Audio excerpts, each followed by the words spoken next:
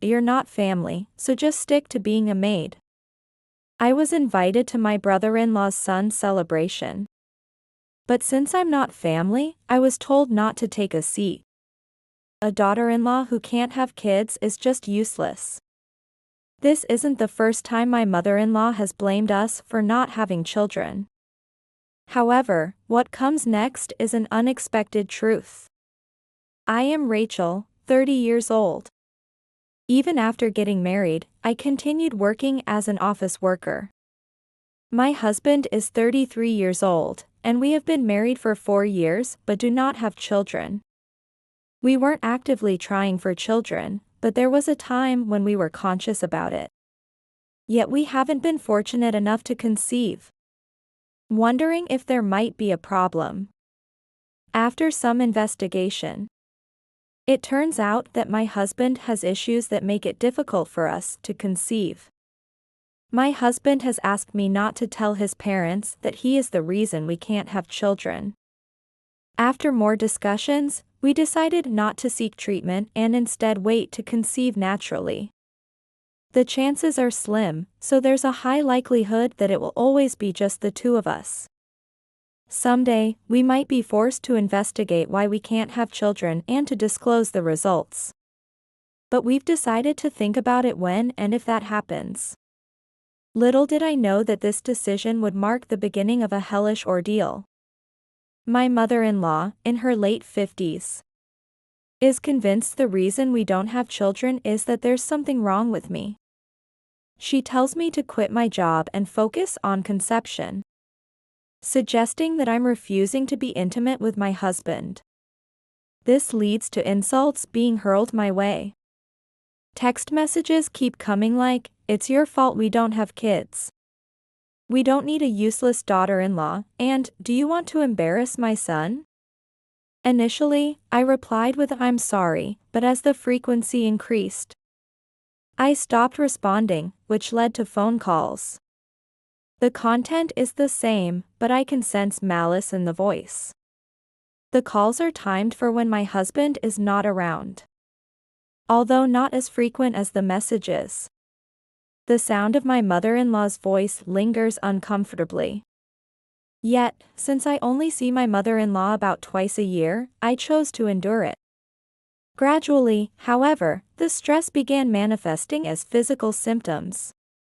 One day, my brother-in-law's son won a prize in a painting competition, and the celebration was held at my in-laws. All the relatives were gathering, so we had no choice but to follow suit. It takes 2 hours by car to reach my in-laws. I feel pain throughout my body, so spending 2 hours in a car is honestly tough. Moreover, facing my mother-in-law adds to the dread. Ideally, I would prefer not to go, but my relationship with my brother-in-law and his wife is good. And I do find their son adorable. Indeed, both my husband and I have been fond of him. Thinking I could manage if I alternated driving with my husband, I decided to go. But just before we were due to leave, my husband ended up unable to join due to work. I drove alone, and he was to catch up using public transport, though I suggested waiting for him to finish work. He insisted it would be shameful for a couple to arrive late at such an occasion. Lacking professional manners, so I reluctantly went alone at the appointed time. When I arrived at my in-laws on time, no other relatives had yet arrived, and I was the first one there. However, upon seeing me, my mother-in-law immediately snapped, "You're late." Entering, I saw that nothing had been prepared for the celebration. Only the materials that seemed to be used were left out. "Hurry up and prepare. We're running out of time." Shocked by her cold remark, I asked her to repeat herself. "It's obviously your job, isn't it? A daughter-in-law isn't a guest, so get on with it." It was as if she had left everything for me to do. Furthermore, my mother-in-law continued, "Of course, you've been a housewife for 4 years. So you should be able to tell at a glance what to make just by looking at the ingredients. Even a daughter-in-law who can't have children should at least know what the kid's like, right? And once again, she relentlessly attacked me over not having children. No matter how much I resisted, I had no power to fight back, so I silently started preparing. As preparations were nearing completion, relatives began to gather at the in-laws' house. My brother-in-law and his son arrived around the same time, and the son came into the kitchen. When he asked what I was making, I told him it was something he liked, and he smiled happily. Seeing his smile, even just a little, eased the pain caused by my mother-in-law's harsh treatment. However, my brother-in-law's wife was nowhere to be seen. Considering my mother-in-law's personality, she would likely complain about the wife of the eldest son not showing her face at a family gathering. Especially today, at her own son's celebration. It's puzzling that she's not here. Most of the preparations were complete, and almost all the relatives had arrived. Only my husband and sister-in-law were absent, so my mother-in-law suggested we start eating. I naturally tried to sit in an empty spot. However, my attempt was immediately stopped by my mother-in-law. "What are you trying to rest for, Rachel? Who will serve the food if you sit down? Come on, don't let the drinks or food run out." She told me to ensure that the food and drinks did not run out. Furthermore, I was instructed to respond to requests for dishes as needed. And to serve dessert at an appropriate time. Was there even dessert? Are they expecting me to make that too? Preparing desserts involves a lot of steps from scratch. Am I supposed to do that now? You mean you haven't prepared it? What a disgraceful daughter-in-law. Despite what was said, I had no choice but to obey my mother-in-law. If I protested here, she would surely proclaim in front of all the relatives gathered that the reason we can't have children is definitely my fault. I returned to the kitchen, started preparing the dessert, continued making more food so nothing would run out, and occasionally went around serving drinks. Then, some of the relatives began to say, "It seems unfair to rely only on Rachel." And a few women started to get up to help. But my mother-in-law sharply stopped them. "It's fine, Rachel is only useful for this sort of thing." Another relative asked, "What do you mean?" "Well, isn't it obvious? A daughter-in-law who can't bear children, she's just a nuisance." There was a moment of silence, making her next words resonate even more. "This barren daughter-in-law is useless. She's not family, just a troublemaker." I knew she was saying this because she knew I couldn't respond. I couldn't make a scene here. Though I held back from retaliating, I must have been glaring at her unintentionally. So scary. What a look, you. All I'm doing is telling the truth. Among the relatives, you, Rachel, are the only wife who hasn't given birth. She sneered as if saying I was useless. Sensing a brewing storm due to her behavior, one of the relatives took the brother-in-law's son to another room. In front of the children, such a scene is indeed not suitable. But in front of the adults, I felt a slight surge of defiance. Just then, my husband, having finished his work, arrived. He entered with a cheerful tone, apologizing for his tardiness. But the atmosphere in the gathering was heavy and somber. And he seemed to notice something was off. He whispered to me, asking what had happened. I told him about the things my mother-in-law had said. Since other relatives were also present, it was clear that I wasn't exaggerating. And no one interrupted. After listening, my husband seemed to take my side a bit. He might even admit that he was the cause. After hearing everything, my husband confronted my mother-in-law, angrily telling her that she had gone too far and that there were things that were not acceptable to say. although my mother-in-law looked dissatisfied. She did not seem to want to argue back against my husband. This might keep her quiet for a while. I was hopeful, but the next words from my husband felt like a betrayal. In a voice only I could hear, he said, "Well, infertility is a fact. Try to understand the feelings of a mother who can't hold a grandchild of her own blood. Yes, infertility is a fact. But the cause is with him," and yet his tone was as if it was someone else's issue. I quietly retorted, "The cause of infertility is you, right? Why do I have to endure such unreasonable accusations when it's not my fault? If you're going to say that much, admit that the cause of infertility is you." "No, that's a bit. Look, there's the dignity and position of a man. You understand that, right? You're an office worker, so you understand a man's position." His voice was shrill, his demeanor flustered as he argued. Moreover, he made an appalling attempt to shift the blame. "After all, isn't pregnancy a woman's job? Don't just blame me when you're not doing your job as a woman." His assertion was loud and clear, prompting my mother-in-law to seize the moment to retaliate. "Blaming my son because you're useless? Really, what kind of daughter-in-law are you? I've never seen a daughter-in-law as shameless and audacious as you."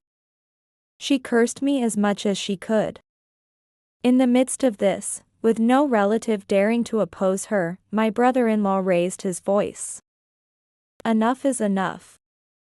I was surprised that someone as mild-mannered as he could shout with such authority. "You've tormented my wife and now Rachel too. What has come of your bullying the daughters-in-law? You clearly haven't learned your lesson."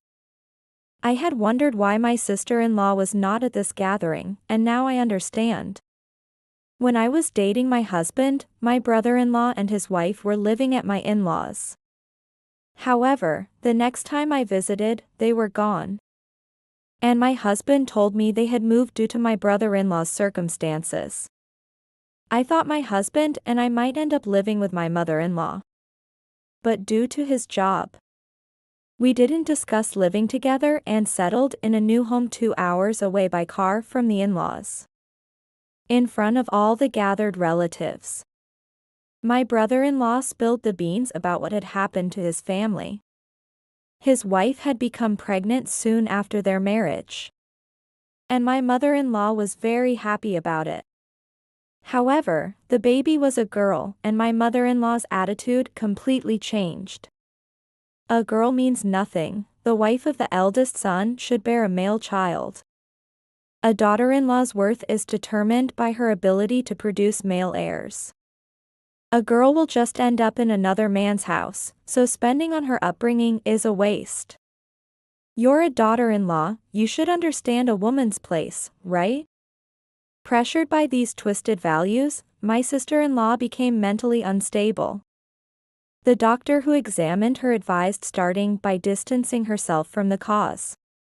Seeing the situation as serious, my brother-in-law decided he could no longer endure it and left the family home. Some female relatives looked down, unable to even look at my mother-in-law. Perhaps they knew that my sister-in-law had been bullied in this house. Even witnessing it, they could not speak up against the formidable presence of my mother-in-law. With the reality of his wife's bullying revealed, my mother-in-law glared at my brother-in-law as if annoyed by his revelations. But he seemed unfazed and said, "Rachel, you can go home now. There's no reason for you to endure this any longer." My husband argued against deciding on his own but was silenced when blamed for not defending me. I handed the car keys to him and decided to return home using public transportation. I nodded briefly to the relatives and turned to leave. Then my brother-in-law came closer and whispered in my ear, "Rachel, you should take some time to think about the future." It was as if he was saying there was no need to endure any longer. And I felt incredibly relieved to be freed from all these burdens as I left my in-laws' house. I arrived home before my husband and began packing to leave the house. Naturally, I didn't forget to leave a divorce petition in place of a note. When my husband returned and saw the divorce petition, he seemed somewhat flustered. He reached out a few times, but after meeting only about twice, he began to say not to get so upset over a few words from his mother. I had been enduring daily phone calls and messages demanding a grandchild, and insulting me for not being able to conceive. Enduring all this only to be dismissed as not family. Hearing this, how could I continue as a family? When my husband joined my mother-in-law in treating me like the villain, my resolve won't change, so I told him to quickly sign the divorce petition and file it, then I hung up. My husband didn't understand why I was so adamant, sending frantic contacts and messages like a broken record. Of course, I ignored all of them. If he couldn't figure it out when I left him unread, I wanted to tell him to take a hint. After hearing that I wanted a divorce, my brother-in-law and his wife did everything they could to help me find a place to live. They helped in many other ways as well. Apparently, they had also decided to cut ties with my mother-in-law after what happened at that celebration. They stopped sending money to my mother-in-law, who was unemployed and not yet old enough to receive a pension and had been relying on her sons. She had some savings, but maintaining her standard of living without their help would be challenging, since my husband's income was lower than mine, and he had boasted of being able to send money home because I was supporting our living expenses with my salary. If our divorce was finalized, my husband, having to live on his salary alone, wouldn't be able to afford to send money to support his mother. Soon after we separated, the effects began to show, with both sons stopping their financial support. My mother-in-law had to lower her standard of living and live more modestly. However, someone as unaccustomed to frugality as my mother-in-law could not possibly manage. Succumbing to her desires, she accrued debt. And it won't be long before she loses her mortgaged house and land. My husband was also forced to live frugally. There had been several instances of my mother-in-law asking him for money. Unable to give what he didn't have, their mother-son relationship seemed quite strained. He was reluctant to agree to the divorce, but when I got a lawyer involved, it was settled surprisingly quickly. I learned through this ordeal that my ex-husband was weak when faced with authoritative figures. If I had known this earlier, I might have been able to resolve things differently. What was all that time I endured in vain? Now, I am enjoying a carefree life without the need to endure the physical ailments that had plagued me, brought on by what my mother-in-law had said, began to improve as soon as I started thinking I didn't need to endure anymore. While my husband was the reason for our difficulty in conceiving, I believe my mother-in-law was the primary cause. Now, I look forward to meeting someone with whom I can be family under any circumstances, and am enjoying my current freedom a little longer.